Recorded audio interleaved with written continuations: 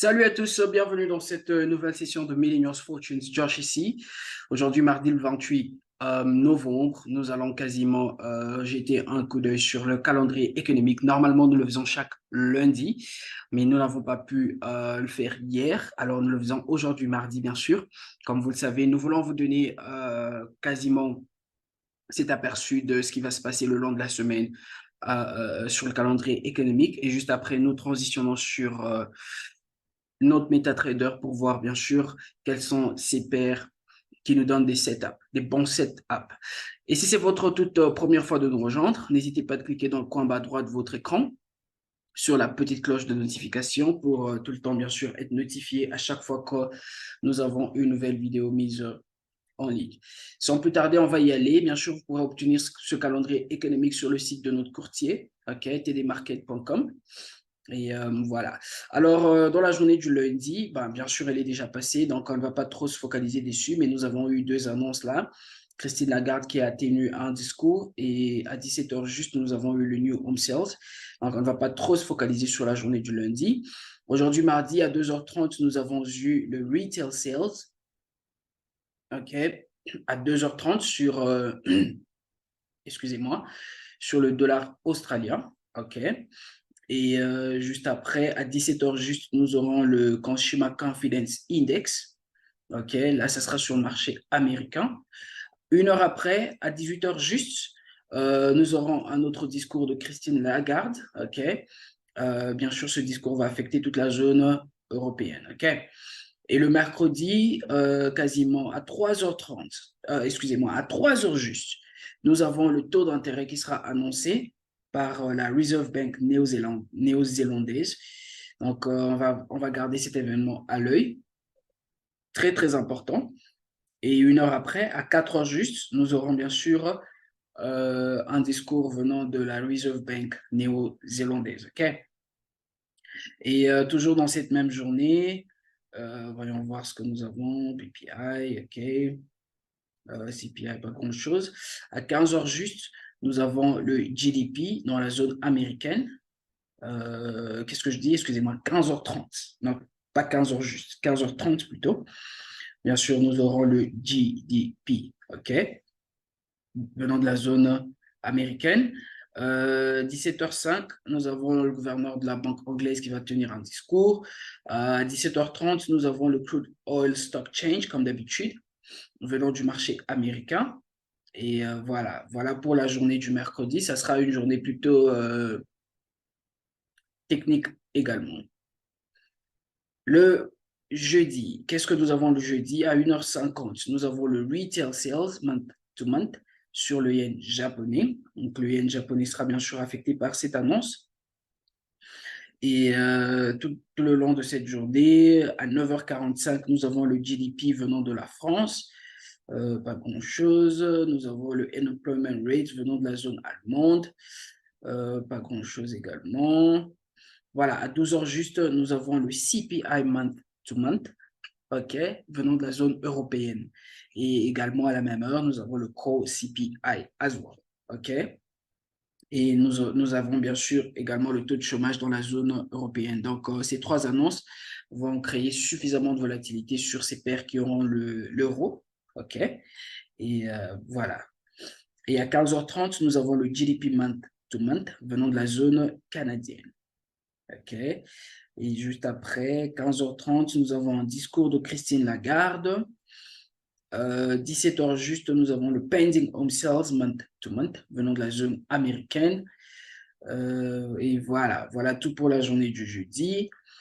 Et le vendredi, pour finir, nous avons le taux de chômage qui sera annoncé à 1h30, OK, sur le marché japonais. Donc, le yen japonais sera affecté par cette annonce. Et à 10 heures juste, nous avons le GDP quarter to quarter. Là, c'est à 10 heures juste, le GDP quarter to quarter, donc sur le franc suisse. Quoi d'autre que nous avons? 13h30, un discours de Christine Lagarde. OK.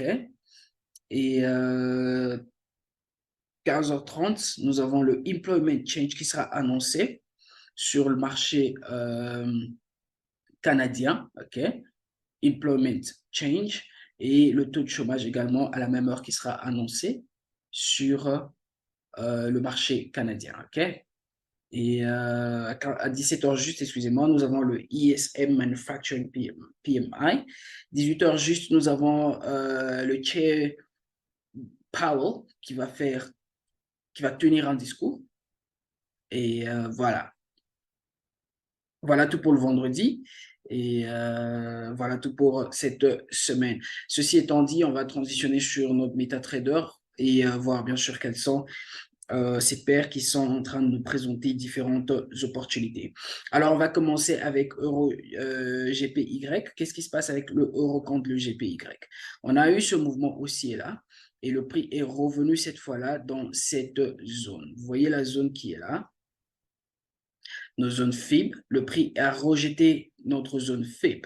Alors, on n'a pas pris de trade là parce que bien sûr, nous n'étions pas devant notre laptop. Mais qu'est-ce qui va se passer si nous avons le prix qui revient dans cette zone? OK? Tester cette zone FIB. Là, nous allons faire quoi? Nous allons anticiper, bien sûr, un achat. Donc là, c'est sur Euro GPY. Là, je suis sur le H1. OK? Voilà, avec Euro GPY. EuroCAD. Alors, nous avons EuroCAD également. Quand je vais sur le H4, vous allez remarquer ceci, que nous avons eu un fort mouvement impulsif haussier et le prix est en train de nous développer cette correction-là, comme vous pouvez le constater. Okay? Et quand je vais sur le H1, pour qu'il soit beaucoup plus clair, vous allez bien sûr remarquer cette correction-là. OK, c'est cette correction qu'on voulait voir. Alors, le prix est revenu là, il est reparti un tout petit peu, et puis il a retesté encore une fois, et il nous a donné bien sûr le B qu'on voulait voir, et là, il est reparti encore une fois à la baisse. Alors, vous allez remarquer que ça, c'est déjà une correction complète, et bien sûr, nous avons placé notre buy stop à ce niveau-là. Notre stop loss, il est juste un tout petit peu en dessous là. Le buy stop qui est pending order, il est au niveau du prix 1.4905. OK? Et le stop loss, il est au niveau du prix 1.4839. Et notre take profit, il est juste un tout petit peu au-dessus là. Donc, nous sommes en train d'anticiper quoi? Ce mouvement haussier sur EuroCAD. Nous avons déjà une position qui est en train de pendre. OK? Et ensuite, nous avons USD CAD. OK? On va finir avec USD CAD. Avec USD CAD, on va bien sûr, là, je suis sur le H4. Nous avons eu cette correction qui s'est développée, n'est-ce pas? On va considérer bien sûr tout ceci comme notre mouvement haussier. Je vais aller sur le daily, voilà. On va considérer tout ceci comme notre mouvement haussier, comme vous pouvez le constater. Là, je suis sur le daily et bien sûr, cette correction qui se présente là. Donc, sur le long terme, nous sommes en train d'espérer voir le prix aller à la hausse, n'est-ce pas? Et quand je vais sur le H4, vous allez remarquer que le prix nous a donné la correction complète, cette correction complète qu'on voulait voir. Mouvement impulsif, on a notre première vague, notre seconde et notre troisième vague. Donc, nous voulons voir le prix aller à la hausse, ce qui est très probable. Okay? Donc, voilà les trois paires d'aujourd'hui que nous allons garder à l'œil. Nous avons quasiment Euro GPY, EuroCAD et USD CAD que nous garderons à l'œil. Et vous allez remarquer que sur USD CAD, nous avons également une position qui pend. Okay? Nous avons un buy stop. Où est le buy stop? La zone d'entrée est au niveau du prix 1.3638. Le stop loss juste en dessous là, 1.3568 et le take profit au-dessus, là, 1.3896. Donc, voilà nos zones d'entrée et nous allons juste observer le prix, ce qui va nous donner comme opportunité. OK? Donc, voilà tout pour aujourd'hui. Que Dieu nous bénisse. Je nous donne rendez-vous demain à la même heure et à très bientôt.